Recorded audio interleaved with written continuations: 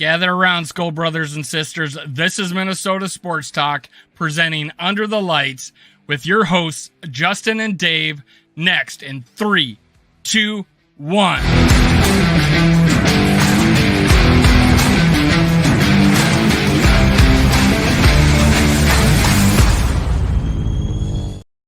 Gather around, Skull Brothers and Sisters. This is Under the Lights, brought to you by Minnesota Sports Talk, and I got a treat for you today. I've assembled the two biggest Kirk Cousins fans known to man, Rhino and Justin, Vikings Uncensored and Purple Gold for Days. Did I get that right, guys? Did I get that right? Hey, right. When did you change to Joe Espinoza and I changed to Rick Sosa? Yeah, there we go. I got Spinoza and Sosa. Yeah. I got 2.0. Rhino Spinoza. They are currently sharing earbuds, long distance. Skull Vikings. Let's go. Let's Skull. We're gonna do. Oh, we got comments already. Let's see what we got here. Hey, we got Mary. We got Skull for Life. We got the McAndrews. We got my I traded Rhino a while back for Mary Fish. She's now a super fan of mine. Forgot all about Rhino. I know, right? Right, Mary? No, okay. But hey, Mary, I appreciate all the messages you sent or you post after the videos. It really helps, and it keeps my juices flowing. I appreciate McAndrew. It's nice to see you again, man. My worthless opinion, who has a few good opinions every once in a while, but still one of the very best handles of anybody. Single-handedly, we all agree on that. Handle. We all agree on that. Wow, Justin Lawrence. Hey, what's up, Justin? Skull Search. I just got done talking to him just on the phone a little bit ago. Thanks for joining, man. I appreciate it. I bet you love the Lamar posts. Well, yeah, there's a lot of posts about Lamar, but you know what? I'm not even sharing these messages. So this is how I do. And about as strong a chance as Brady coming to Minnesota before he retired. Let's jump into that. I got. What do I got here? I got. Let me pull that up really quick. Damn, I don't even know where to put it. So let's talk about Lamar Jackson. Let's start with you, Rhino. All this people are putting Vikings uniforms on him, and I think Thor Nystrom is saying he's basically the one person he wants. If one person was a fan of him, he would be the fan, and that's how big a fan he is of Lamar Jackson coming to Minnesota Vikings. Let's go into Fantasyland a little bit. And you tell me what you think about that. Okay, I'm going to make it short and sweet, Dave. I would rather sign Kirk Cousins to a 4-year contract extension than to sign Lamar Jackson and bring him here. That is clipped. Rhino professing his love for Kirk Cousins on air. Let's go. So you'd rather explain why. Tell me why. Well, starters, Lamar Jackson's not a better quarterback than Kirk Cousins is. Lamar Jackson's a better runner. Dave, Justin, I'm sorry, but this is my worthless opinion on this one. Lamar Jackson's a great runner. Okay, no ifs, ands, or buts about that. But he's a runner first, not a quarterback first. His accuracy is questionable at times. The guy gets hurt a lot. He's missed 10 games in the last 2 years. And contract-wise, he's looking for money at least equal to, probably greater than Happy Endings Watson got in Cleveland. So you're going to be paying a guy $45 to $50 million a year to have Nick Mullins throwing to Justin Jefferson and whoever all else, probably 4 or 5 games a year. That's my biggest hang-up with this guy. He's going to cost a ton of money. You would have to overpay for him because you have to offer a contract that the Ravens would not match. And one other thing. And then give up 2 number 1 picks on top of that. I would rather bundle 3 number 1 picks and move up and try to get one of the big 3 or 4 quarterbacks this year than spend 2 number 1 2 number 1 picks on Lamar Jackson to bring him here to play 12 games a year.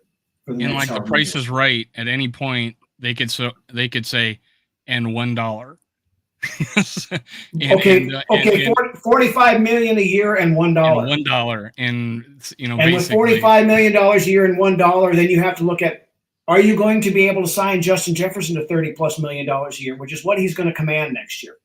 Are you going to be able to sign TJ Hawkinson to a deal that is going to be what he is worth? Are you going to be able to sign Christian Darrisaw to a deal? What did the last guy get? $25 million a year? Laramie Tunsil just broke close to $25 million. Darrisaw is going to be in that range. You can't sign all these guys. Yes, the cap's going to go up, but you cannot spend 50% of your cap on 4 players. And Lamar Jackson is not – he's not a bad quarterback. He's a good quarterback. He's a former MVP. All that stuff, I understand that, agree with it. But if you're going to build a team with the core that we have, you can't do it that way. You have to go young quarterback, rookie deal type thing so you can build the rest of it around. Because you put Lamar Jackson on this team, it is still not ready to win the Super Bowl. And then you're back in cap hell for the next 4 to 5 years. Go ahead, Justin. Yeah, I agree with everything you said, except for the part where you think that Kirk Cousins is better than Lamar Jackson. You pretty much argued the entire point both ways. I don't want either one of these guys. I don't want either one of these. I don't either. I'm just saying this is like, would you rather be kicked in the nuts or punched in the gut kind of thing. I mean, I don't want either one of these guys at their market value. Okay? No, I don't either. So to be clear, let's be clear about what we're discussing and what we're actually arguing with, because whenever Kirk Cousins comes up, what you're actually debating has a tendency to get muddied down.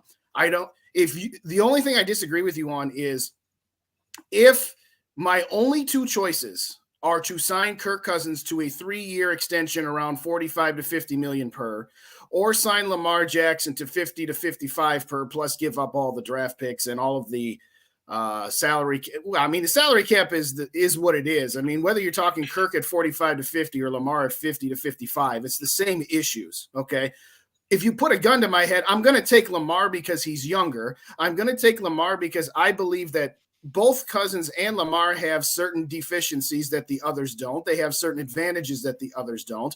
And I do believe that on aggregate, when it's all said and done, I think Lamar would have a slightly better chance of overcoming the rest of the roster deficiencies than Cousins would. But I don't like either one of those 2 options. But if those are the only 2 options on the table, I'll take the Lamar option. I want the third option, which is I want a rookie quarterback. I want a quarterback that is ours, like when we drafted Dante, like when we drafted Teddy, that, okay, this is our guy. This is the guy that our coaching staff and our front office deemed this is going to be our quarterback of the future, not somebody else's retread. So to be clear on what I am saying is I don't want either one. Just like I've said a million times, I'm not going to turn around and stump for Lamar Jackson when he's got all of the same by and large issues salary cap wise that I've complained about Kirk Cousins about for the last 2 or 3 seasons. So to wrap that, no, I'm not going to be fraudulent and say, oh yeah, let's get Lamar Jackson and the salary cap issues be danged. No, that's just not how I'm going to go about it. Get your own guy. But if the rules of the conversation are it has to be one of those 2 guys, I'll take Lamar. And we don't need to go back into the which one is better, but whatever. But Lamar is even more putrid in the playoffs than Kirk is too. So I believe they're both 1-3, right? 1-5. Yeah. Yeah, I mean, and then they're both ass and ass, but the argument to they both have 1 win, if I recall, right? So when I bring that up, usually the other person tells me, well, look how old they are and how much. Well, 8 years compared to 5 years. Okay, great, because that's how long they've actually been starting quarterbacks. So, 1-5. All the things that they complain about Kirk show up in Lamar Jackson, and that is. Well, how can he have 5 playoff losses if he just had his 5th year and he didn't play in the playoffs this year? So he won a playoff game, so they won the playoffs. Okay, all right, yeah, I'm sorry. So they played a second game and lost. Got it. Yeah, and they were supposed to be heavy favorites and got blown out by Tennessee, right? Remember that? I think that was the game. Like they got crushed. One of those games when Lamar Jackson played like absolute dog crap, and so. And that's the thing. A running quarterback, primarily a running quarterback, because he throws the ball a little, but he's only thrown above 3,000 one time. That's his MVP year. 2,700, 2,800, 2,200, and it has a lot to do with injuries.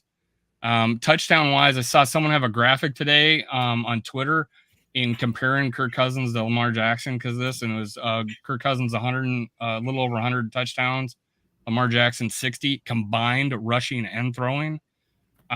So it's like, all the things. It's like, and I told this to a San Francisco guy I was just on. Because I brought it up because San Francisco was clamoring for Lamar Jackson too, but they don't have a 2023 pick, which means they would have to trade to go get one. And then the whole thing is, well, then we're not even assured to get Lamar Jackson. We traded this guy. We go get the first round pick to go get him, and then we're not even assured of actually having to do it unless you make arrangements ahead of time.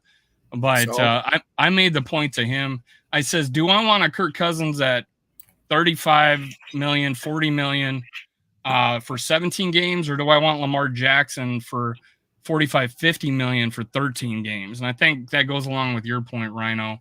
I'm going to go with 17 games of Kirk Cousins because that's been the track record compared to the 13 games, or 12, and 15. Yeah, so 12 and 12 the last 2 years for, $10, $15 million more. Right. Oh, and by the way, in the Zone podcast, Rashad Bateman. Oh, gosh, there's like 32 comments, and I've been totally – Yeah, this is what happens when we let you drive. We get way – Sorry, I'm listening to you guys.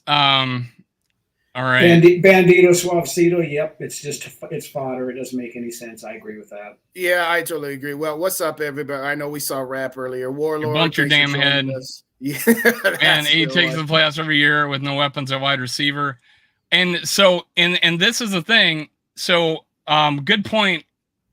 Good point, Rap. Doesn't have any weapons all year. And now he's not going to have a rookie contract. And now he's going to be 50 million. So we've kind of bypass that whole, hey, let's go get Lamar Jackson, when usually the thing is let's go get our guy and get him on that rookie contract.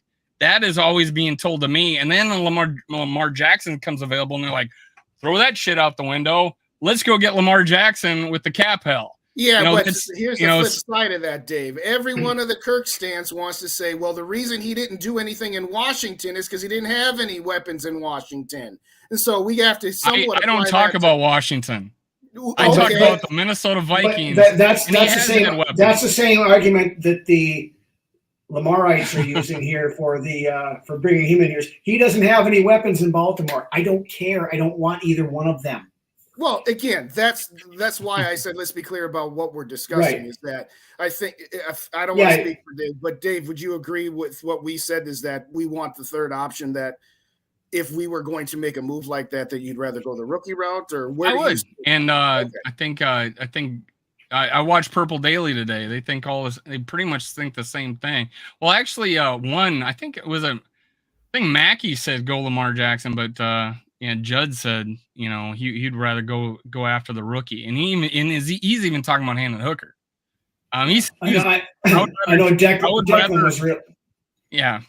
Declan was Lamar Jackson all the way. Yeah.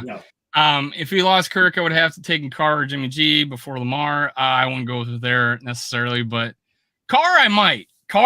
Jimmy G I probably wouldn't. He's got the injury history like crazy. Carr, I think in the right system could flourish. We need a QB from the draft. I think so too. I do. But I don't care. I don't necessarily think we're pigeonholed to this year. I'm open for a 2-year window here to find the right guy. I don't want to overspend. And I don't want to settle. So let's get the right guy. And I think if we could get, and we'll talk more about it a little bit, later, Hendon Hooker, a guy like that, I did a video on, I'm high on. Lamar's a better athlete. Well, so Justin is thinking, he's more of an athlete than a quarterback. And yeah, he fit. And I think you guys can agree that sometimes running quarterbacks get figured out. I mean, for instance, Washington, RG3 had an awesome rookie year, right? And he killed us that year. Yes. In a game, and at the end of the game, and then what happened to him, right? Is that the scenario you'll get with a quarterback like that if he doesn't develop his passing game? And I think the coach at that time was so didn't believe in that pick so much that they went and draft Kirk Cousins in the 4th round as a just in case. I think that's why he did that. I think that's what happened. Yeah, Dan Snyder wanted RG3, but that's my guy. But Shanahan wanted Kirk, so that's why they went and got them both. Right. Yeah. I guess for me, there's about a 2% chance of this happening to begin with. But to a point that was made earlier, if you did pursue Lamar and the Ravens outbid you and you have already traded Cousins, to that I say, so what? That means you got some draft capital for him and you sign a bridge quarterback. I know there are some people that we got a bridge quarterback as a backup. So I'm you know. All I'm saying is that, oh no, if this blows up in our face, then we missed out on one final year of Kirk Cousins. I'm not losing any sleep over that, to say the least. Not the ideal scenario. Obviously, you'd love to, if you're going to make a power move, to not have it blow up in your face. But I don't understand how you don't make whatever trade you – first off, again, you got to get him to agree to it because there's no trade clause. We all understand that. I don't understand how you couldn't say to whatever team you're doing this to, hey, this is contingent upon, 1 week's worth of time to see if Baltimore matches the offer we're about to give Lamar. I would think that if they did actually go down this road, which I seriously doubt they are, I would love to be surprised, but there's ways it's just kind of like when you buy a house. Well, it's contingent on my house selling, yeah, I made an offer on this house, but it's contingent. Can't they do contingents like that or something? Well, and also throw in 75 to 80 million in the cap towards our quarterback next year, because we got 28 million to Kirk Cousins that we owe, to the cap, dead cap money. It would be like, I think 38 million if we were to trade him prior to June 1. There would be enough acceleration up there. So we'd be looking at 70 to 80 million on a quarterback for next year. Sign me up. But hey, someone did win a Super Bowl with like 60 million. This would be a new record blown out of the water. I ain't gonna. I agree. In the zone, we just don't draft quarterbacks. Next year's class, I hear, is highly touted too. And these are guys that aren't going to be coming out of nowhere, right? Like some of these guys came out of nowhere, like Anthony Richardson, right? So the guys going into next year, if I'm understanding right, are established already, and they could take an even bigger step up. So it might be a deeper class or even more touted class next year. Well said. I'm sure Justin was talking about me, because I just spit out facts, spit out pure gold. So I'm spinning gold every second I'm talking, just like Rhino. Justin, you're bronze. Okay. Well, let me give you a quick silver take here then. All right. The thing, okay, and it very may well be possible that we wait until 2024 to get our future quarterback. The one problem I have with that is if you go up and get a guy this year, he's got a year to sit behind Kirk. Thank you. Let's say Kirk's not going anywhere this year. Let's just put that out there. Unless somebody blows us away with a trade offer that Kirk accepts to go to that team, and it goes post June 1 or whatever, so the cap hit doesn't kill us, Kirk is going to be the quarterback for 2023. If we are going, and with Kirk being the quarterback for 2023, we're probably going to be picking, like Justin has said multiple times, going to be picking in that 18 to 25 range again in 2024, meaning we're still going to have to give up 3 number 1 picks and whatever else to move up and get. It's going to be bad, guys. We're going to be picking 32. You're not going to be able to get Caleb Williams unless you sell the farm, mortgage the children, do everything else to get up to that number 1 pick, because Caleb Williams is going number 1 next year unless something very drastically wrong happens. I mean, there are other guys, but if you like Anthony Richardson or if you like Will Levis, and you think that those guys can be your future quarterback, and it's somebody that Kevin O'Connell thinks he can mold and can create into a franchise quarterback, then you take those 3 number 1 draft picks, 23, 24, 25, and whatever you need to do, and you go up and you trade with Arizona and you get him this year. Let him sit for 1 season behind Kirk Cousins and then be ready to take over in 2024. Let me get some shout-outs. Go Mafia. I'm sorry. I'm still trying to catch up. You guys went crazy on me. I guess it was the Lamar talk. So Warlord of Art, Skull, in the zone. Thank you for all your comments. I get it. You want somebody else besides Kirk. East Coast Gridiron. What's up, Dante? What's up, Dante? What's up, Dante? Bandito, this Jackson talk is fodder. Yep. I totally agree. Exactly. We're not going to have an $80 million cap hit next year. And say, hey, Lamar playing the AFC teams. Kirk is playing versus Giants NFC. He's younger, and one thing he does better, it helps terribly. Yeah, I mean, you can hide a lot of facts, but the idea that we just got their tight end who was a pass catching tight end in college, but under Lamar Jackson, he got caught like 150 yards. Like he was a 57 ball, 700 yards, but under Lamar Jackson, he's catching 150 yards, right? So we'll kind of see, and then receivers are going elsewhere, right? So a lot of it to do with the GM. There's some blowback on the GM on calling out as like I don't have enough all pro players or whatever. So yeah, that was dumb, but I'm looking to a guy that I see as a hell of a good hands. If you go look at Oliver's, catches he's made, his highlight tape, it's ridiculous. Some of the catches he's made, and you're like, how is this guy only catching 12 balls and 100, whatever yards? I think we found a diamond in the rough. I give credit to Kwesi looking at a guy that was playing with a quarterback that doesn't throw that well. Yeah, you basically he's playing with Justin Fields on steroids. Right. I mean, I think that's a little low. He's a better passer than Justin Fields. Okay, fair enough. I would say Lamar is probably better. Lamar is better than Justin Fields. There's no question about that. I'm not going to argue that. Well, he came out of the gate a lot better. Of course, he had and think about it, he's playing for what could be potentially a Hall of Fame coach. And, they've had decent, defenses with him there. They, the running game has been one of the top, running games that has a lot to do with Lamar. And Baltimore wasn't actively trying to tank like the Bears were last year either. Yeah. So, Kirk Bernard Jackson. Let's see. I can see Anthony Tollison. Thanks for showing up, man. I can see Jackson going to Tennessee, especially Derrick Henry stays or even the Rams. That would be kind of a good fit, The Rams don't have any draft picks to go get him, though. They don't have 2 number 1 draft picks. Mm-hmm.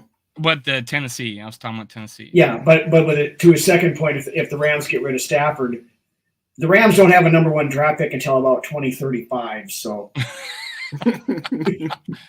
17-0 playoff wins. Yeah, Skull Mafia. I want a rookie. But I don't. Don't trust the Vikings. That's a good point. Let me get to that. Okay.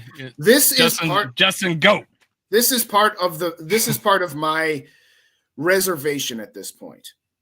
We have seen some signs with Kwesi this year that he's doing things differently than has been done in the past. However, my biggest concern is that they will get to a point and they will fool themselves into thinking, all right, wait a second. We don't need to pivot as far as we think we might need to pivot here.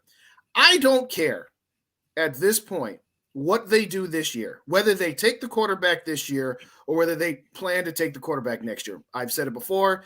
There's always that, next year's a better draft class. How many years in a row have we said, well, next year will be a better time to take it? 36. We don't have the assets. We only got 5 draft picks. And you brought up the point that I've made, Rhino, that, okay, next year, if we're somewhere between 17 and 25, we're going to have the same conversations. First off, whoever has the first pick, I don't care which team it is. They're not trading the first overall pick, and they're not going to not take Caleb Williams. And if they do, that GM should be fired, and that owner should be disassociated. He should be forced to sell his team. That's like, well, next year, Andrew Luck, and we'll see about trading up to get that first pick for Andrew Luck. Whoever had that first pick was going to take Andrew Luck, and there wasn't a package on the planet that somebody would have traded that pick for. Same thing with Caleb Williams. Now, having said that, the only thing that I don't want to see is, okay, we stick with Kirk Cousins, whether we get a different quarterback or not, and we get to the divisional round of the playoffs and we lose by 2 on a missed Greg Joseph field goal. And then the Vikings say, you know what? We already got $28.5 million against this salary cap for Kirk. Let's extend him for 2 more years And that way we can spread that cap hit out. I want to take away the temptation to bring this guy back from the Wilfs, from Kwesi at all costs. And if that meant that we had a season, because you said it earlier, Rhino, well, you'd have to take your 23, 24, and 25.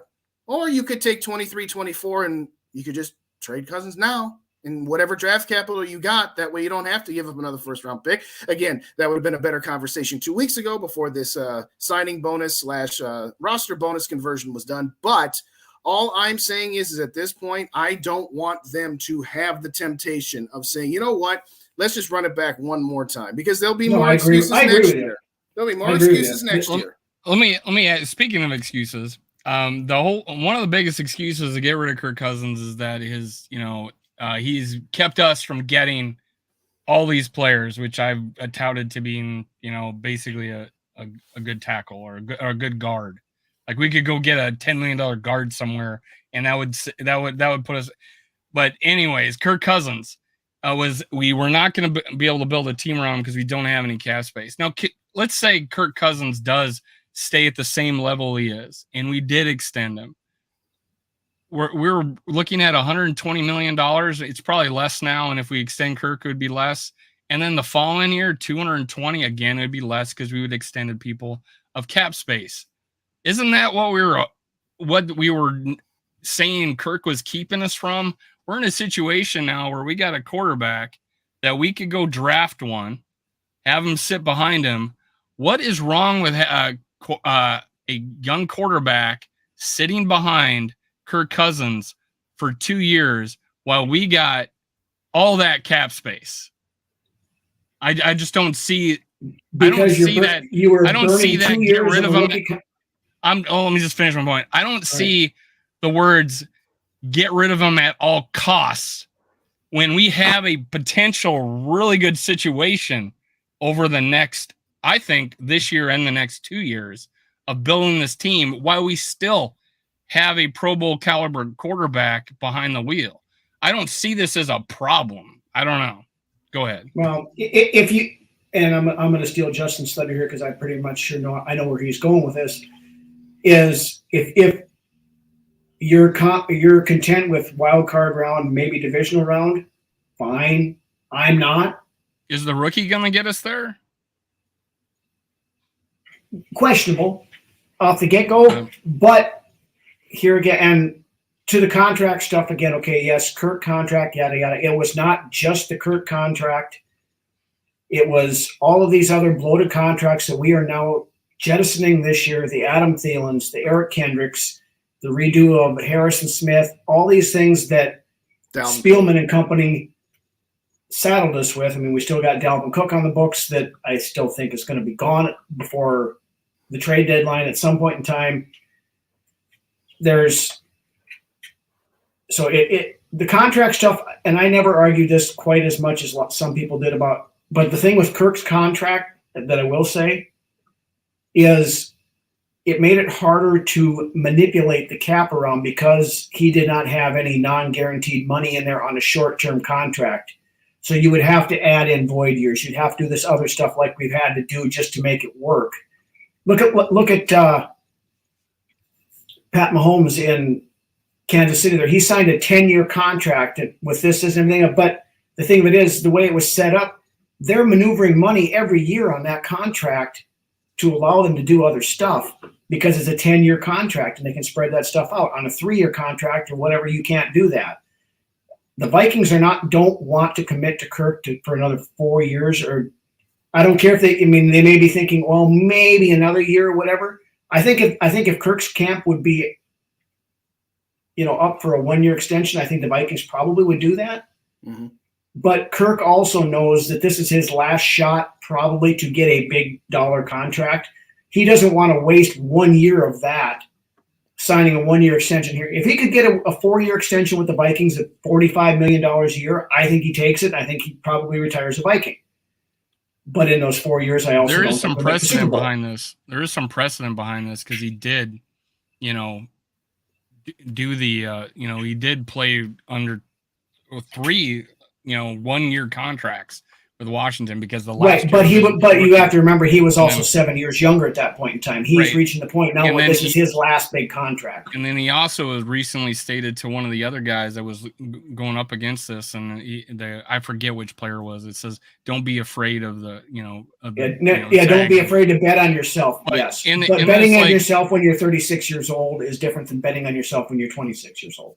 Well, just like everybody keeps saying, he made $200 million. If you're going to make 30 million this, 35 million this year, the 1 year extension being 40, I mean, are you really hurting? You're playing on 1 year contracts, your 1 year extensions. I don't know. I think everybody's speaking for Kirk. I just think everybody's speaking for what they think Kirk is doing when we don't know, right? And that's my point about it. But I get what you're saying. This all could be true, right? This everything you said could be true. If he's going to take, can I answer East Coast Gridiron? All right, quick. Then I got one more point. Then I'll go with your point, and I'll do East Coast Gridiron next. So, okay, what you were talking about there. Okay, Kirk extending 1 year for $40 million. Okay, he extends here 1 year, whatever it is. Yeah. Yeah, he extends 1 year for $40 million here, or he walks after 2023 and goes and gets a 3-year deal worth $45 million a year or $47 million a year someplace else. If I'm Kirk, I don't do that. I've never faulted Kirk for making as much money as he possibly can. I don't fault any player for making as much money as they possibly can. They play a very violent game, and nowadays it's not as bad, but you look at the guys from the mid-90s and back, these guys, by the time they hit their 60s, they are in pretty rough shape. So yeah. I am never going to fault the player for getting as much money as he can, but it's up to the team to make the decisions as to where are we going to allocate our funds. Are we going to dump 20% of the salary cap on a quarterback and then have to go to the $5 DVD bin at Walmart to find linebackers and cornerbacks and defensive linemen or offensive linemen? Or are we going to spend less money and get a rookie quarterback so that we can go to Saks Fifth Avenue and pay contract for a wide receiver or things like that for a quality pass rushing edge rusher or a speedy inside linebacker or a shutdown corner or things like that? So it's a business, and both sides are in that business, and but when it boils down to, the team is the one that has to make the decisions on how that's going to be spent. Before I answer East Coast Gridiron, one of the things that I look to is just what he says, right? And one of the things he talks about, like, I think it was Busting with the Boys asked him, well, this offensive line, you've had issues with it. He goes, yes, I actually, when I go to line of scrimmage, I feel like I have the horses around me, basically. And he was coming off 2021 with, again, another Pro Bowl season in probably one of the statistically best years of his career, like 4,200 yards. He had more yards than the MVP of the league. He had about 4 fewer touchdowns than the MVP of the league. So, I mean, he's coming off one of the statistically best years, and he signed a 1 year deal, extension. I mean, he had leverage. He could have did all the things that people would force a trade or, hey, I'm not going to sign this contract unless you give me 2 years. I just going off what, he says and what he does. And I don't know. That's the way I looked at it with him. I think he's willing to sign a year because he talks about how he has a good locker room. Where I'm going to miss some of these guys. I want to keep these guys because I like the locker room. And these are all things he said on Busting with the Boys. I believe him, right? If you're saying it, you're saying out loud, I will believe you. And if he signs a 1 year, it would not shock me. I don't know, but before you get to East Coast, let me address a couple of things that were said here, and I'll go as quick as possible. Number one, he did get something last year instead of that second year. It's called the no trade clause. So, to your point, he wants to stay here.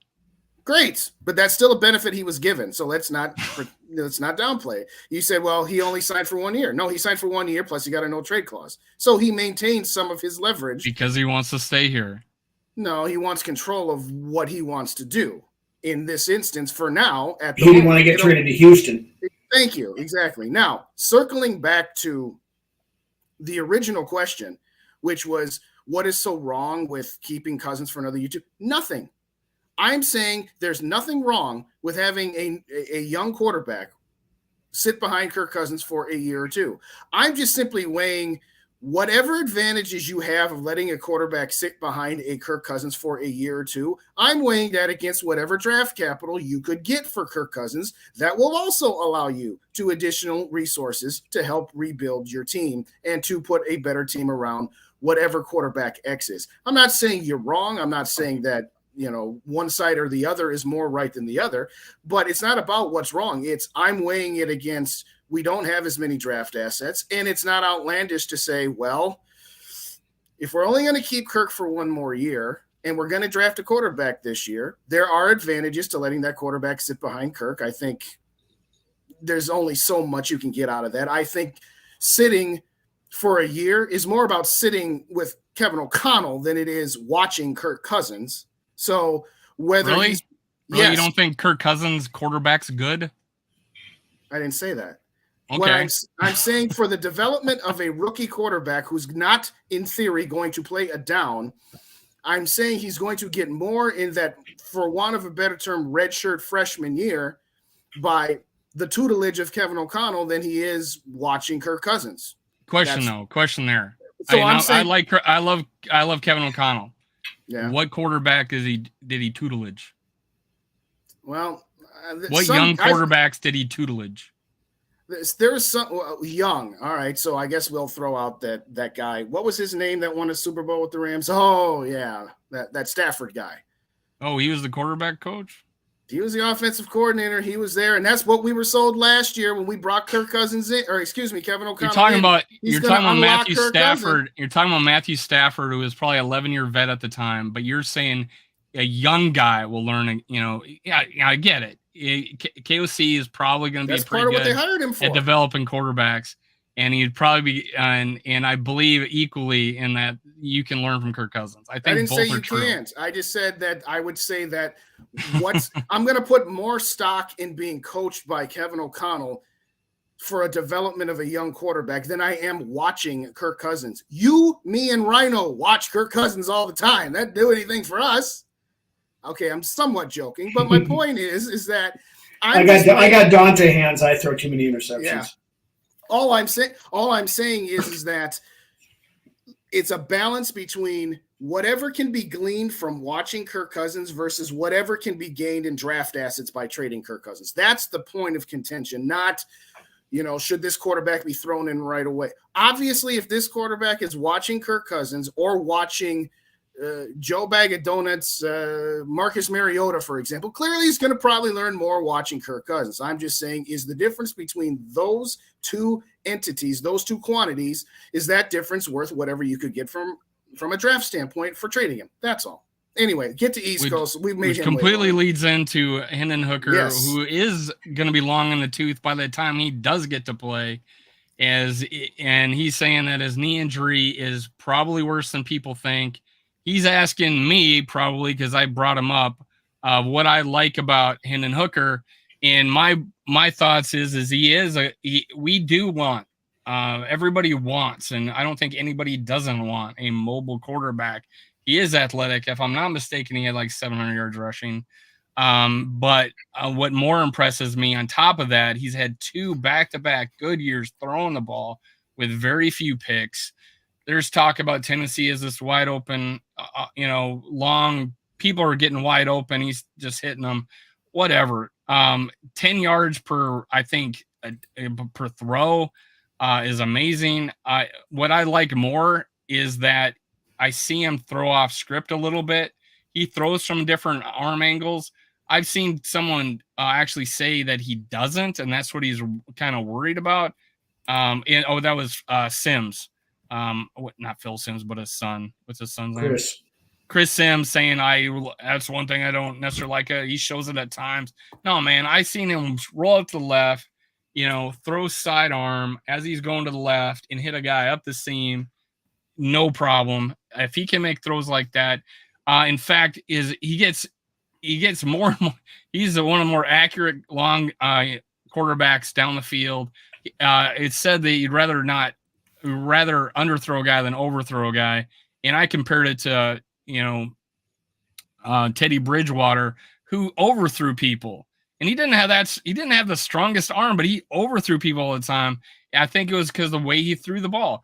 I think Hooker, he throws it over the top, but he can throw it from the side. I just feel like he's going to be more off script that, we've seen from an Aaron Rodgers. Not that he's going to be Aaron Rodgers, but I've seen that from him in college, and he has 2 good years doing it. And unlike some of the other guys that are going to get drafted ahead of him, he's got 2 good years. The downside is that he will have to sit. He is injured. We don't know how bad. Where is that? We've seen what happened to a knee injury with Dante Culpepper. We've experienced that, and other quarterbacks the same way that were mobile. And once that went away, they got figured out. And hopefully that's not the case. Apparently it's hate time. I don't think these guys hated on 8 that much today. Well, to be fair, Lamar Jackson's number 8 too. So well, we were hating on him too. Well, 2 of us were. I'd be okay with Hooker if he actually had a chance at him. I do kind of think that someone's gonna sneak up because they want that 5th-year option. Take a chance on him. I won't cry if someone does. I am still okay if we wait till 2024 to get a guy. I have no problem with that. I think our peak is gonna be 2025, right? 2024. If we don't have Kirk Cousins and we re-sign a Nick Mullins to compete against a rookie for 1 more year, we're going to have that 1 year of we're not going to be very good, or we're going to be pretty average. But all things point to 2025 is a great, great upward swing. Bandito, we saw the Senior Bowl was full leg brace, red flag. Yeah. So he was at the Senior Bowl, and Dante and saw him in the leg brace. But again, I think, when did the surgery happen? It was pretty late in the season, right? Yeah. The one thing I want to mention on your comment there, Dave, when you're saying, okay, he's going to sit for a couple of years and then we're going to be locked and loaded and ready to go for 2025. Okay, there again, that would be your thought process if you do that.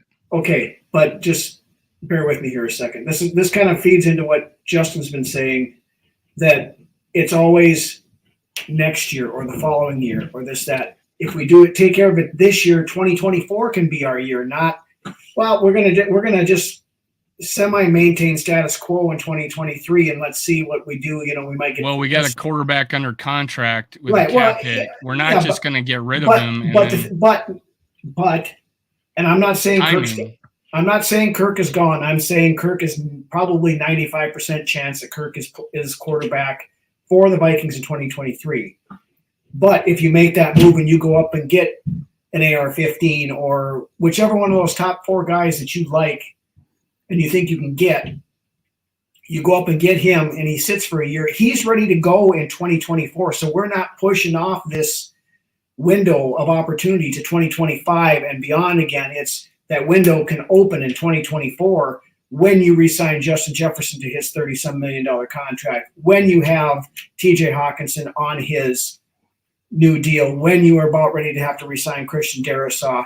You've got that core group of young guys that are going to be playing together for the next 5, 6, 7 years. And that opens that entire window to, instead of a 3 to 4 year window from 2025 to 2028, you're looking 2024 to 2028, 29. So it gives you just that much more of a head start on what I think Kevin O'Connell and Kwesi are trying to do here to mold this team in their own image. But they're not trying to do it your way. You want it that way. They're not doing it that way. So we well, I don't know that we haven't. I don't know that that's been decided one way or the other. I think I don't think it has either. Right now, they're splitting the difference because one thing about Kwesi, he doesn't make a choice until he absolutely has to. You've seen that with Zadarius Smith. Should have changed the headline of this video. To what? Anyway, my point is that no, I think right now they're waiting to see how it plays out. If they were doing it our way, they would have maybe traded Cousins. If they were doing it your way, they would have given him those extra years. Bottom line is the Vikings wanted to sign him to a 1-year deal. Kirk wanted 2 or 3. I think that's a pretty safe assumption. Do we literally know that because we were sitting in those rooms listening to those negotiations? No, we don't literally know that. But I think educated guess-wise, you're right. They probably wanted him for 1 more year. They wanted him to not have the no trade clause because if they did end up getting their quarterback and they felt it was ready, then they could trade him and get some return value for him. I don't know. But I think it's clear that if they were wanting to do more than 1 year, they would have done it, most likely. But I think what Rhino's last point is you can't say let's build beyond into 25, etc., because then you don't have your answer. Now, the answer, if you do it in 24, might not be a good answer. I'll acknowledge it might not be the right answer. But at least then you've at least tried answering the question versus still putting off trying to answer the question, if that makes sense. So, you know what? I'm going to just keep it to myself because we're going to have another half an hour. East Coast Gridiron, not a fan of Hendon Hooker. He does make a good point. Lots of good points. Sitting behind someone who's able to practice with that QB. So there's a thing, mental reps, and learning the process, all good, all valuable that, learning to be a pro, all things that can happen. My point is knee injury, age. When will he even see the field? He's going to be 26, right? If Cousins will be wearing purple 1 more year, we need to start working on that now. Skull, everyone. Hey, awesome. Hey, Raymond, thank you for showing me that picture of the 44 autograph jersey. Dave Stefano's in the house too. Hey, Dave. Yeah, what's up, Dave? We've been talking. There's lots of people we haven't acknowledged. All right, can't wait this time over with a true East Coast Gridiron when we draft a late second round, early third. Do we have to spend first pick? Well, that comment was made, I think, when we were talking about trading for Lamar and trading different packages to get up to AR-15. I don't know. I think this was actually after that, but on a QB. What's up, Eli? What's up, Eli? What's up, man? Anthony Townsend. Baltimore should have kept Hollywood Brown when they traded him. That hurt Baltimore's offense. I agree. There's some truth there. Howdy, everyone. Go Vikes. What's up, Viking Jerome? What's up, Jerome? All right. Bandito, trade for Matt Corral and draft other team needs. I liked Matt Corral. I don't know how you guys felt about him. He is on the undersize. I don't think that shot – just based on people Dante talks about, he's not worried about height when it comes to a player. But Matt Corral seemed like the probably most ready quarterback coming into the draft last year to me. I was big on Reddick just because of his athletic ability. But what were your thoughts on getting a guy like that? I mean, I don't know. Doesn't move the needle for me. It doesn't move the needle. No, it really doesn't. Let's just leave. Yeah, I'll just say it like that. Let's go with that. Hey, Vikings room. All right. Everybody's saying hi to each other. What's the time? Caleb Williams will not be passed up. Not a chance for the Vikings, of course. Someone's back. Because Kirk King was a Super Bowl, 75% of Vikings fans, 600 votes, said that he can. Oh, God. I'll always bring that up. Kirk haters don't put out polls like that. They don't. They don't want to see what the actual people out there and for the 5,000th time, Dave, I'm not a Kirk hater. I'm just not a Kirk fan. Well, I'm just saying. I'm not saying. Now you understand, Rhino. Now you understand what I fully understand. No. I know. I've been through this enough with him. So this guy's you? Is this guy you guys? What do you mean? I wasn't talking about you. I got talking about the guy that wants to curb stomp him. So you don't want to put polls out like that if you don't want to hear the answer. I put them out there and find out what people think. Just like I said, 85%, almost 90, wanted to get rid of Eric Kendricks. And it happened. So 90%, like 85, 95, 90% of the Viking fans want to get Eric Kendricks gone. I wasn't on board completely with that at that price, but that's the kind of things you find by actually finding out what they want. Put a poll out there sometime. You'll see. I mean, when you guys a good thrower and a mobile guy, Matt Corral is the guy.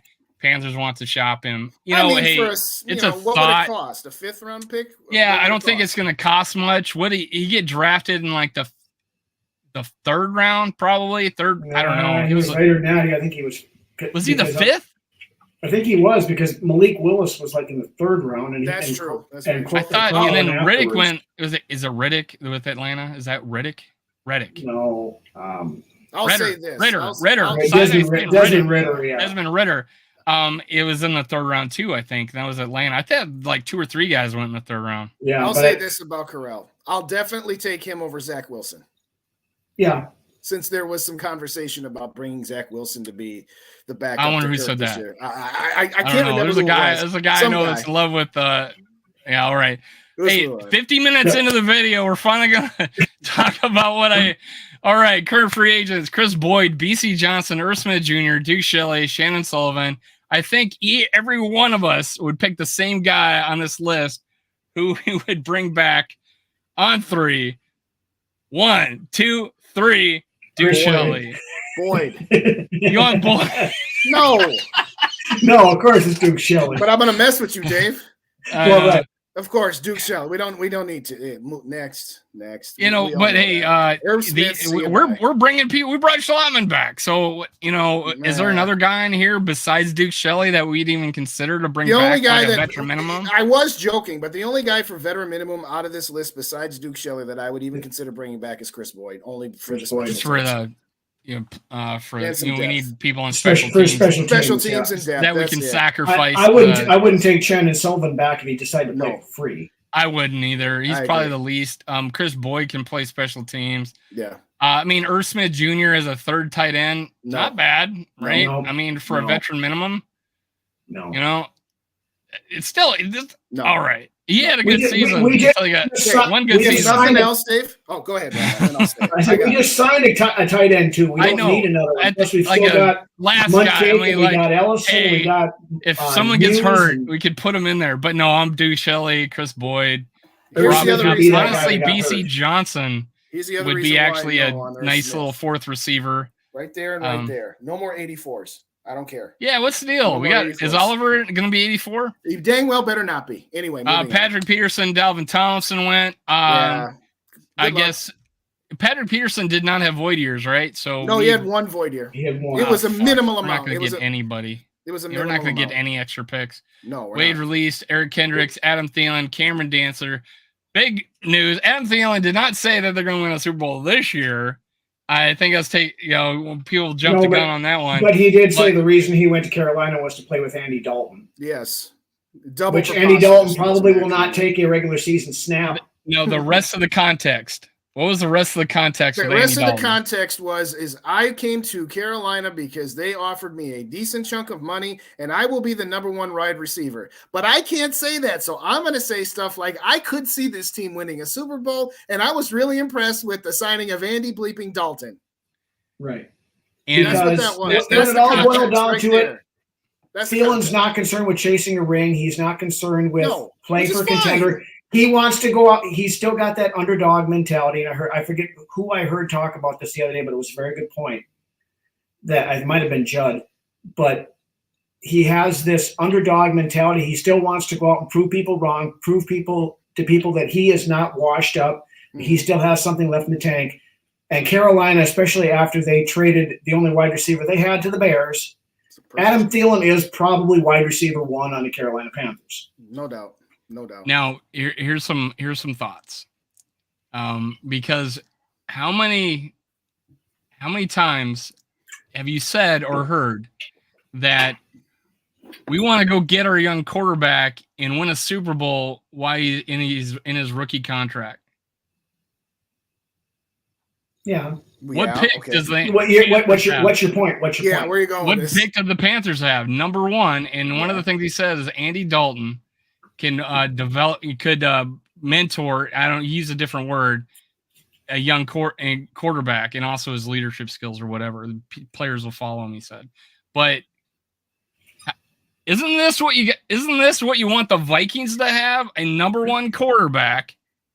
First pick of the draft, you get your pick of the litter, a team that was 7 or 8 wins, 7 wins in the most 7 wins garbage last year? division ever, by the way. But sure, What's that? right? The most garbage division ever. Oh, and in an easy division? Yeah.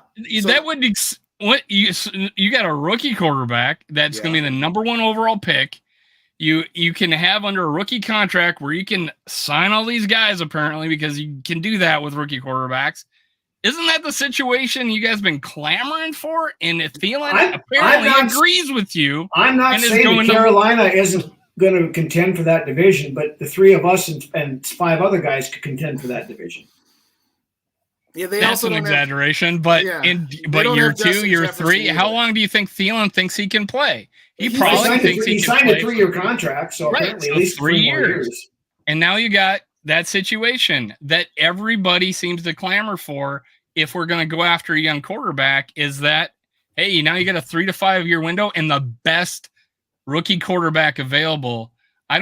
It's fun. It's funny to me sometimes that people are kind of bashing his thought process when that's exactly what I'm not saying you guys, I'm hinting towards it. I'm not saying you guys, but this is exactly what they wanted. Except Adam Thielen's not Jefferson. Is going to a team with the exact situation that people want. The Vikings are the Vikings are a little further along roster to roster than Carolina is. The Vikings have Justin Jefferson. I don't know the ins and outs of the offensive line of Carolina, but I know they don't have to. Assuming O'Neal's healthy, I know they don't. You've been wanting this with Justin Jefferson. Yes. So again, I don't see where you're going with this, equating this for Adam Thielen saying, hey, he went to a situation that was what I want for the Vikings. Okay, yes, he did, but he's not. If this was Jefferson, I would hear what you're saying, but it's not. So I don't. He went to a team that gave him what he wanted. And you know what? He said he was being a good soldier. Obviously, he just got didn't have Justin Jefferson in 2019. I do get the point you're trying to make, Dave. I do. I'm not saying I agree with it, but I get the point that you're trying to make here. You finally got our number one best quarterback available. Everything's going to be good. All right, I'll put it to you this way, Dave.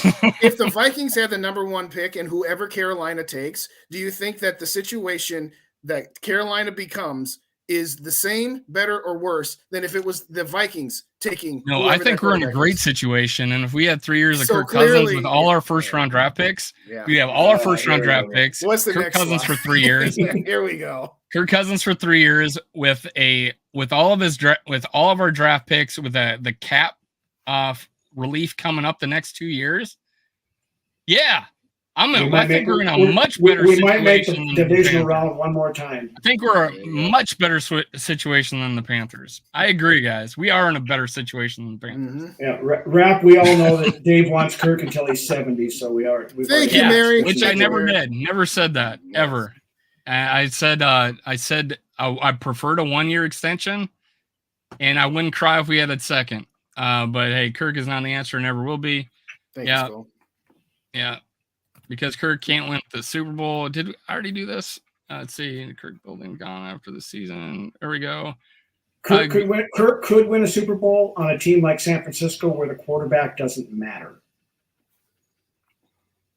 And they won the Super Bowl? Well, they would have had a very good chance at it if they hadn't been down to a quarterback for the second half of the NFC Championship game who literally could not throw the ball 2 yards because his arm was ripped in half. In the previous 2 years? In the previous 2 years, you mean when, 19, when they were in the Super Bowl and went toe-to-toe with Kansas City with Jimmy Garoppolo, who you want to say is much better than Kirk Cousins? Is that what you're saying? Jimmy Garoppolo is much better than Kirk Cousins? No. You want to say that Kirk Cousins is much better than Jimmy Garoppolo. Which you said if they had Kirk Cousins, they would have won the Super Bowl. Yes. So you said because I'm saying that I'm saying that the quarterback in San Francisco doesn't matter. And Kirk is better than any of the quarterbacks in San Francisco last year. Is he better than Jimmy Garoppolo? Yes, I believe he is. Is he better than Brock Purdy? Most likely. Is he better than Trey Lance? Most likely. But they haven't won a Super Bowl, and you're saying that I don't know. I don't know what point you're kind of like you can't win one, but he can't win one with San Francisco. But anybody can win one with San Francisco. No, he said Kirk could win with a team like San Francisco, and then I said yes, which I have said repeatedly. All right, cool. I guess then you agree that he can win a Super Bowl then. If he has everything around him like what San Francisco has, a dominant offensive line, a dominant defensive line, and a coach that knows how to make quarterbacks look I thought a little while ago he couldn't win a Super Bowl. I don't know. It's just, you guys are confusing me. People that is not what I said. What I said, Dave. I said he could win a Super Bowl with a team like San Francisco. Here we go. This was the comment. We just got through with it. We did. Rob said that. It wasn't. And then I brought up 75%. You're like, see what I got to deal with, Rhino? See what I got to deal with? Yes. Oh, yeah. I've been dealing with that before, too. What's up, Bandino? I saw you. I know we're way behind on it. Anthony Tolson, the fans thought it was insane. People hate Kirk. Yes, that's true. No, Matt Corral is a dog. I like to see that. He's a feisty guy, man. I can agree with that. Skull Mafia. If they wanted to already getting extended Minnesota ever again, the GM and the head coach not following the footsteps of the last schools. That's a little harsh, but I'll agree with it. I think they're making much better decisions, less rash decisions. They're not falling in love with players or wanting to make big splashes. You know, they're not taking a guy because of his name. Now they did luck out with Darasan, and the thing with Spielman is it wasn't splash plays. A lot of time it was panic picks, which is why which is why we ended up with a Christian Ponder, which is why we traded for Yannick Ngakoue and then traded him 5 weeks later for half of what we gave up to get him in the first place. Which is why we traded a 5th round pick for a kicker from the Ravens. Did we traded a second and then got back a third? Is that what happened? Or first and got back a second? No, second to 4, second to 5. Second to 4, and got a third and a 5th back, I think it was, Our D is going to ball this year, especially after the draft pick, D tackle, Eric Henry's replacement, another cornerback. Let's talk about that. You guys talk about that. Why, with the guys we picked up in free agency, what's your thoughts about the kind of weapons? Because of the defensive end we got or edge rusher we got, Davenport, CBS ranked him the 6th best free agent available. What are your thoughts between him and Murphy? And we've already talked about Oliver a little bit, but what do we think of those two pickups for defense? Go ahead, Ryan. All right. Davenport, I think, he's a 1-year prove-it deal. And I think a lot of that was probably because we don't know what the final situation is going to be with either Za'Darius or Daniil. The chatter has been picking up. I know Doogie Wolfson mentioned something today, I believe it was, about a lot of trade chatter picking up for Daniil Hunter. 1 year, $13 million for an edge rusher, as long as he's productive, is a very cheap deal. Davenport's kind of on that 1 year on, 1 year off, and if that continues, this is his year to be on. Mm-hmm. I like the Dean Lowry signing for up front. He was a very solid player for Green Bay for many years. Not a ton of pass rush there, but he's good against the run. I know we re-signed Jonathan Bullard today. Some of the Blacklock took a pay cut, so we're running it back with a lot of depth guys there. I still think that we need. And I believe this should be a priority in the draft, is getting somebody, one of those big, nasty nose tackles that is a cornerstone of a 3-4 defense, a Mozzie Smith, Siaki Ika, somebody like that you put in that middle, and they are going to take up 2 gaps, and just plug that whole middle up, whether it's stuffing the run or pushing that pocket back on passing downs. Harrison Phillips is a fine player. I think he's more suited in 3-4 to be playing that defensive end 5 tech than he is a nose tackle. He's undersized. He's like 307, I think. Kiros Tonga is closer to the size. And he played pretty well in the time he played last year. Do I want him starting? I don't think so. But, it goes back to the old saying where the championship teams are built in the trenches. And we've kind of ignored that defensive line for a long time. So, mean, we picked a few pieces here and there. Of course, we did lose Tomlinson, but I do think that is still something we need to focus on, especially when we're running into the draft. Well said. In all seriousness, I forgot to say it earlier because we went on about 52 different directions. Yeah, Patrick Peterson, good luck to you in Pittsburgh. Dalvin Tomlinson, I would have loved you back, but you know what? That contract blew us out of the water. So, hey, would have been cool, but whatever. As far as the guys they have signed, I agree with you. A lot of these deals are 1 year prove-it deals. A lot of them are set up as 2 or 3 year deals, but a lot of them are 1 year deals with a lot of funny money behind them. It was announced today that because of some maneuverability issues that they had to add some more void years onto a couple of the other signings that they did, and that's why it took a little bit to get the edge sign there. But I see where he's going. He's bringing in a lot of money ball. He's doing a lot of money ball moves, has been said a few times, and it was also something we said on Friday's show. He's giving guys a bazillion different guys a bunch of prove-it deals. If you can prove that this, all right, next year we'll take care of you. We'll give you some raises. What's up, Knowledge? I haven't said hello to you yet. I know we've been terrible about getting some. What's up, Knowledge TV? Yeah, there you go. We said it earlier, Knowledge, but yes, we would like to have Duke Shelley back. So you go back and check it out if you didn't catch it earlier. But as far as who they brought in, again, I'm kind of take it or leave it on Garrett Bradbury about bringing him back. And I don't know if that was going to be on another one of our slides, but we're so all over the place here now. So I'm just emptying the mailbag here. He kind of disappointed me a little bit, but it was kind of once again, a 1 year prove it deal. That's his theme right now. Is 1 year prove it deals. And I don't like the fact that he's dipped into the void year well a little too much, but instead of about that, didn't we just avoid Murphy and yeah, he was one of the guys today that he added void years to it. Yeah, both Murphy. How much was it? Again, it wasn't a whole lot. It was just adding a couple of 2 years here and there just to kind of lower this year's hits. And if none of these guys came back next year, let's say all of these 1 year prove-it deals, we let go of almost all of them, it would only be around 10 or 12 dead cap hits. Again, I'm not talking about Kirks. I'm just talking about these guys we brought in. So it isn't like this massive debt. Like, for example, Adam Thielen was a $13 million dead cap hit for one player. I think all of the players we've signed combined would be less than that if we didn't bring him any back. So I don't like that he's doing the void year trick because I would love to have maximum cap space next year. But at the same time, he's threading the needle and finding the middle pretty well here. Yeah, to add one thing on the void year thing that I kind of don't, it bugs me a little bit, but whatever, is we basically are saying that we don't need those compensatory draft picks for when these guys leave because we have void years on the contract. You don't get compensatory picks. Yes. So. Yeah, I agree. That's my big thing. Here's a good question. I think Jordan Hicks is okay. I'd rather have Kendricks. What fits the defense?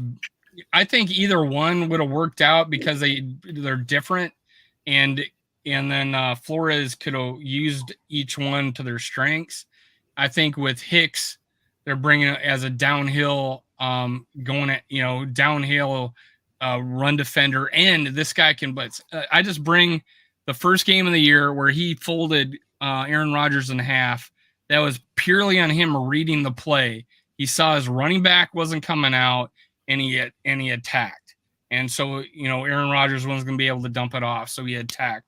I think if he's able to do things like that, he's going to be strong. So I don't think he's not a 3-down linebacker by any means. We need to draft somebody that we can take him out of the game when it comes to passing downs. But hey, he's still cheap, and he took a pay cut. And that's, I think that was the determining factor between keeping him or keeping Kendricks. Is Kendricks was a more significant cap savings by getting rid of him than it was with Hicks because. I mean, Hicks was cheaper to begin with, and he restructured. We saved an extra couple million. They still wanted to have a veteran presence, but And we tried to do this with Pierce, and he said, "Well, I got options. I don't know about this 3-4 defense." And boy, was that guy right.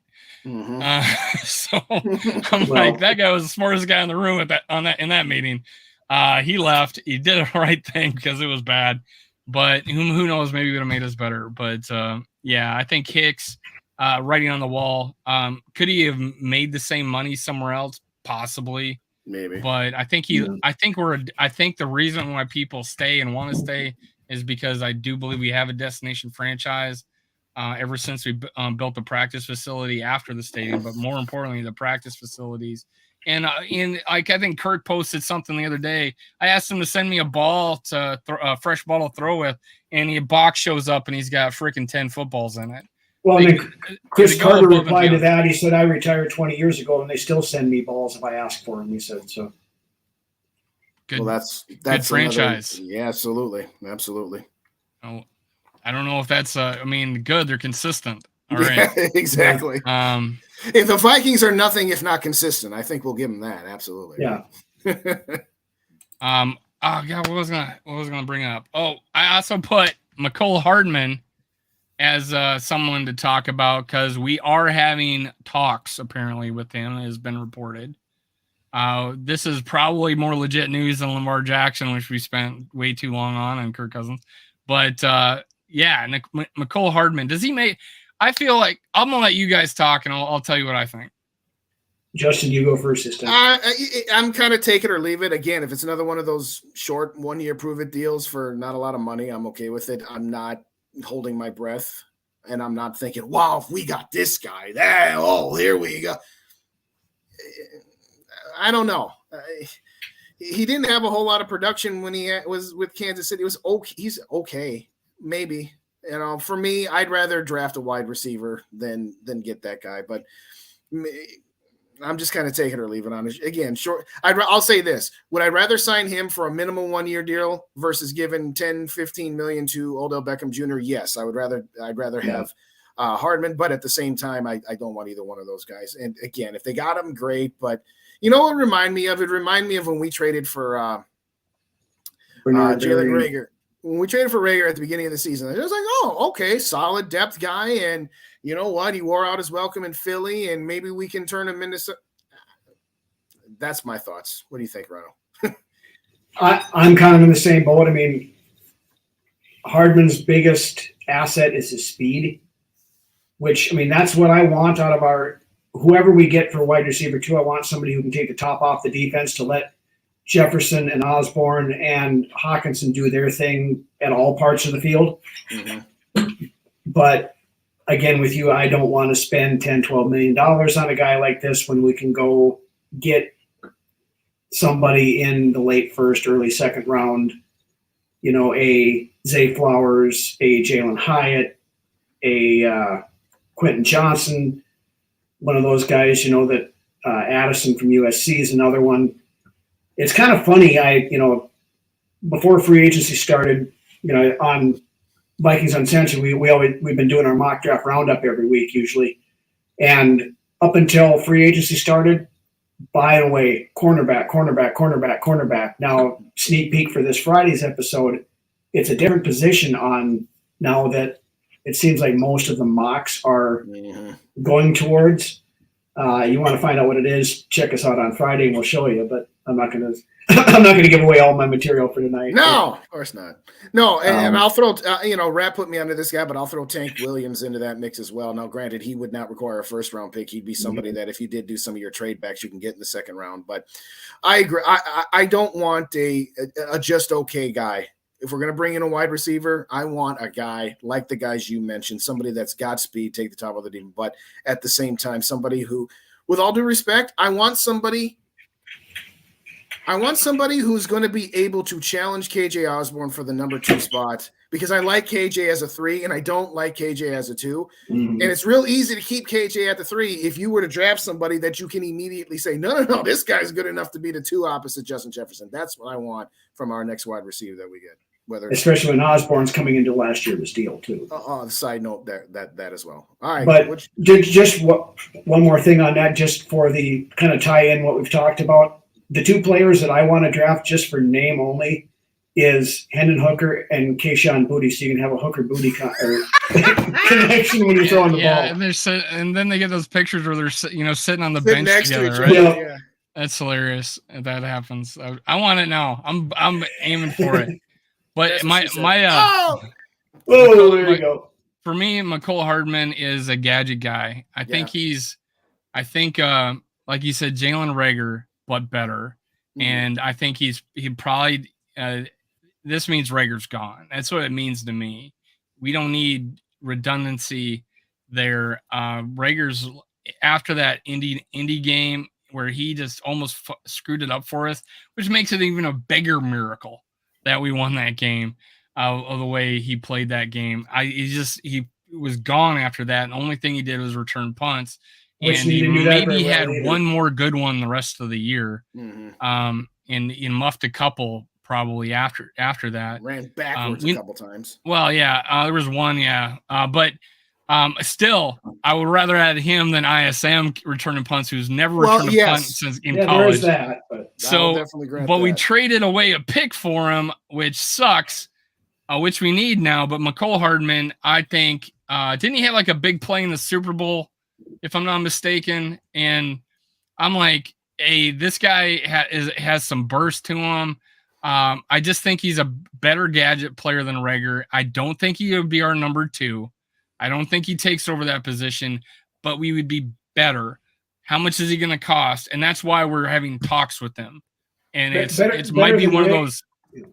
He might have this guy might be this might be a guy that has to wait till after the draft to get signed, potentially. But the problem is we have plenty of wide receiver 3s, 4s, and 5s. We need a wide receiver 2, and bringing in Mecole Hardman does not move that. Well, I'm saying Rager's gone.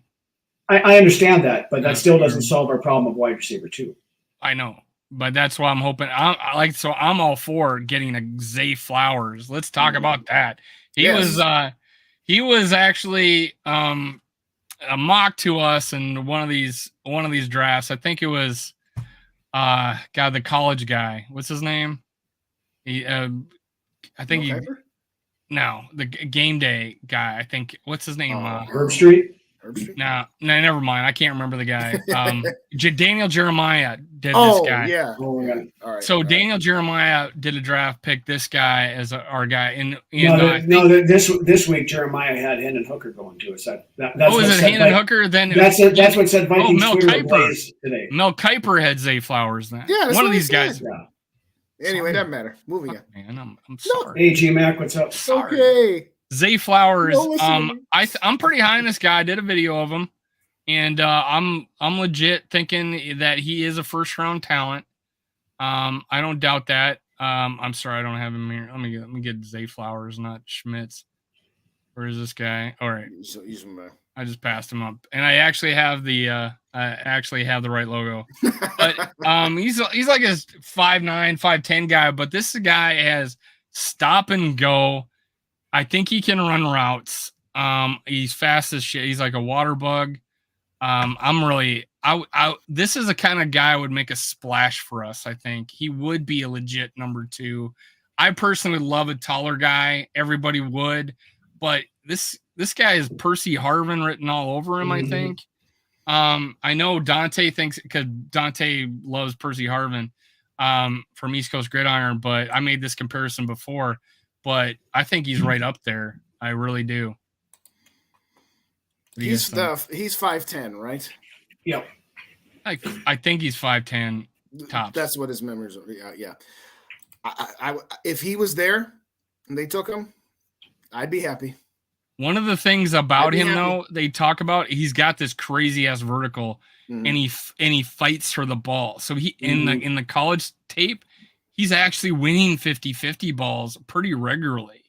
And that's what kind of impressed me about him. On top of that, I think he doesn't get open like Najigba does, but I think this guy's faster and a bigger playmaker potentially than Najigba. No, I think, Flowers is probably 1, 2, top 2 or 3 for sure on my wide receiver board of guys I would take. I agree with you, and I think he's got some Percy Harvin to him, minus the migraines and all that other stuff. But minus I don't want to play this week.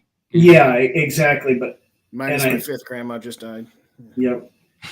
So I think, and I've heard from more than one source that the Vikings really like Flowers. So I think there's that he's a legitimate target for the team. And if he's there at 23, we maybe pull the trigger on him or see if we can move back a couple spots and still pick him up. Mm-hmm. Depends on what's going on, but I'd be more than happy with it. He would be that wide receiver 2 that I was talking about that would take the top off the defense. I agree. I think Zach I think agrees with us that we weren't afraid to take a Randy Moss, and we weren't when we didn't need a receiver, we weren't afraid to take Peterson when we just had a 1,200-yard rusher. I mean, I do not see a problem with taking a receiver. I think we actually have more of a need than we did in 98 for a receiver because but I agree with Zach here. I think it'd be a good pick. Reagor should be done, and only way I think he should done is that we have a replacement that can catch punts. Yes, and we may not have one. Jalen Naylor returned punts in college, but it wasn't going well in practice, if I remember right, and that's what the deal was with him. Right. I'll say it didn't go that well in the games for Reagor either. That's true. Reagor, the only thing about Reagor is they're not going to get rid of him just to get rid of him because it's his final year it's his 4th year of his rookie contract, which is they didn't pick up his 5th, and all of that money is guaranteed. So unless somebody's literally going to say, hey, we'll take that guy and a 7th round pick for your 6th round pick, you hang on to him until you need a roster spot because you literally dead money that entire thing. So they're going to hang on to him until they can find some suitable. But I agree with your point. Outside of finding another person that can actually hold on and return punts, the guy really doesn't have any use at the moment. Now, Rhino's going to have to take off pretty soon, if I'm not mistaken, right? So I got a few minutes yet. Yeah. So go top of the hour. Top of the hour. I was leading into that, being able yeah. Lance and I are recording here in a little after a while for our Friday. All right, show, so Lance, unplug your router, restart your computer. Okay, make sure your sound works. Tell your brothers to get off the Xbox. Get your brother's laptop, all that stuff. Yeah. Tell them the internet in the camper is turned off. All right. Anyway.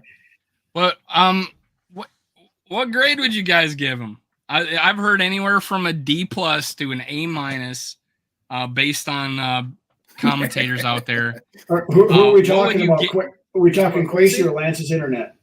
Lance's internet. Quasi's that's an F-. But Quasi and the job he's done so far, we got some ways to go, right? But what would you do? What would you give him so far? Let's start with you, Rhino. I give him a good solid B on what he's done so far. I mean, he was given an enviable position. Last year, I still believe the mandate came down when they hired both KOC and Quasi that, hey, we want to run this back as much as we possibly can because we think the problem was the guys running the show. I think the word you're looking for is competitive rebuild, Rhino. I think it's competitive rebuild. That's the official term. And there wasn't even a competitive rebuild last year. It was a run it back. This year is a competitive rebuild. Right. But I believe this year that Quasi said, come out and say, okay, we did it your way last year, and now we are going to do it the way we want to do it, remain competitive, but get rid of all these bloated old contracts with the legacy players, these guys that were kept around way too long, and we're going to build it the right way. You look at all these guys that Quasi's been bringing in, they're all in that, coming off that first contract. They're 25 to 27 years old.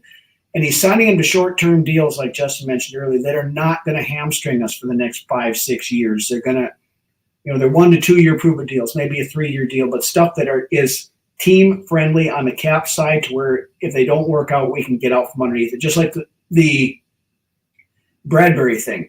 Okay, we signed him to 3 years, whatever it was, 25 or 15 million, 16 million, 15 million, whatever it was. But like we talked about on our show last Friday, the way that contract is set up, it does not preclude us from taking a center if one falls to us this year and making Bradbury a backup in 2024, 2025, because he's going to be on a reasonable enough deal to where you're not paying $12 million a year for a guy who's your backup. So I like what KOC's been doing. I think it's smart. I think he's doing the best he can to get out from underneath the shit pile that he basically was handed with with those contracts and stuff. And I think as we go forward into next year and after that, I think we're going to see more of this. And I think it's going to be him more putting his stamp on this team, and it's going to be a big difference. And I like the way it's going. I'm going to say a B- with the right to, hey, the semester's not over. You know what I'm saying? Hey, by the way, everybody give us your grades in the. Are we talking about this year or since he's been here? That's a good question. This year, what is he doing? I'll quantify it. Mm-hmm. This year in free agency so far, what would you give him? All right. I'm going to say B-, and I will say that he's got the right to improve. There's still a couple of moves to be made here. If in the next couple of days or weeks we trade a Dalvin Cook and we pick up an extra 5th-round pick, that's going to move the grade up. If we re-sign Danielle Hunter for a 3-year extension that's relatively team-friendly, that keeps him around here for 3 more years, that's got the possibility of moving the grade up.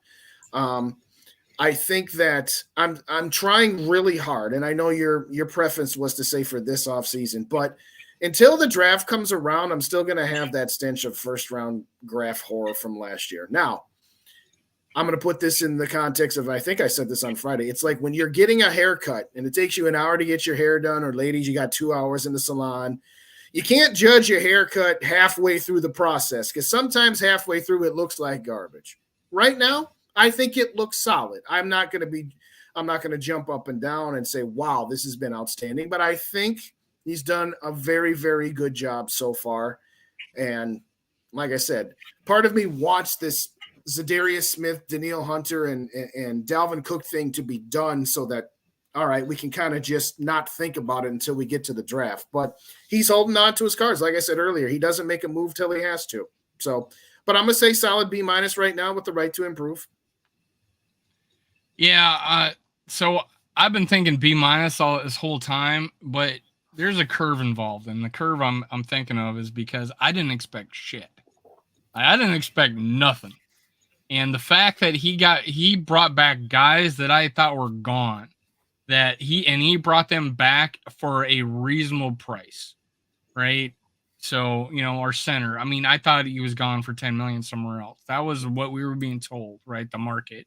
Mm-hmm. But he comes back for $5 million, and we can get out in $2 million if we want, And I think I'm a little differ from Rhino a little bit, that we tried it like you last year, but we're going to do it this way this year. I think this has been his plan the whole time. He just had to get a year into these other people's contracts to finally get rid of them. I think it was kind of like the plan all along. They're good enough now. We're stuck with them. But we can get out of them next year. Kind of like we would have with Cook. We can't really get rid of him this year. We're only going to save a few million, 6 maybe. Is he worth getting rid of when he's still, the 6th leading rusher in the league? So it's like this. In the same way, he was able to negotiate with a Harrison Smith and get him down. Cook's not going to do that. Thielen didn't want to do that. Because he wanted to be a top guy for another team. I still thought he had it in him. Harrison Smith is at the end of his career, and just he's like an old shirt you don't want to get rid of. He doesn't want to get rid of the Vikings. It feels warm and comfy. I know where I can go eat. I know where I can go do my laundry. It's like it's familiar, and I don't see him wanting to. I see him retiring before going somewhere else. But grading on the curve, you could go as high as just a B+ because he shocked me with some things, right? He got a corner that everybody highly touted. He got the 6th best rated, free agent out there, and he didn't really overpay. And I think Oliver is going to be a sneaky ass good pick this year, just because he's coming from a guy that a team that didn't throw the ball a lot. And now he's on a team that threw it almost as much as anybody. So a good blocker is going to help a running game. I think all these things were sneaky good picks. And I don't know where he got the money from, but he didn't kill us too much with the. I still don't know how much money it was on the Murphy and Davenport deal. as far as what their void years are. But by then we're going to have crazy ass cap room when they do happen. So I feel like, I was thinking B- by sheer quality of player, but B+ because I don't think I was even going to be sniffing a player like Davenport or a player like Murphy. Sure. All right. That's it. That's all I got. Well, hey, everybody, thank you. Make sure you hit like and subscribe to all of our channels. Let me get rid of this. We got, oh my God, I can't control myself. Here we go. Purple and Gold for Days, Vikings Uncensored, and me, Minnesota Sports Talk. Make sure if you're watching it on Purple and Gold for Days, make sure you hit like in his video and hit like on mine. I appreciate it. Thank you for sticking with 3 of the biggest Kirk Cousins fans out there. I'm still joking. Skol Vikings. See you next time. Thanks for joining us, Thanks, guys. Thanks for joining us, everybody.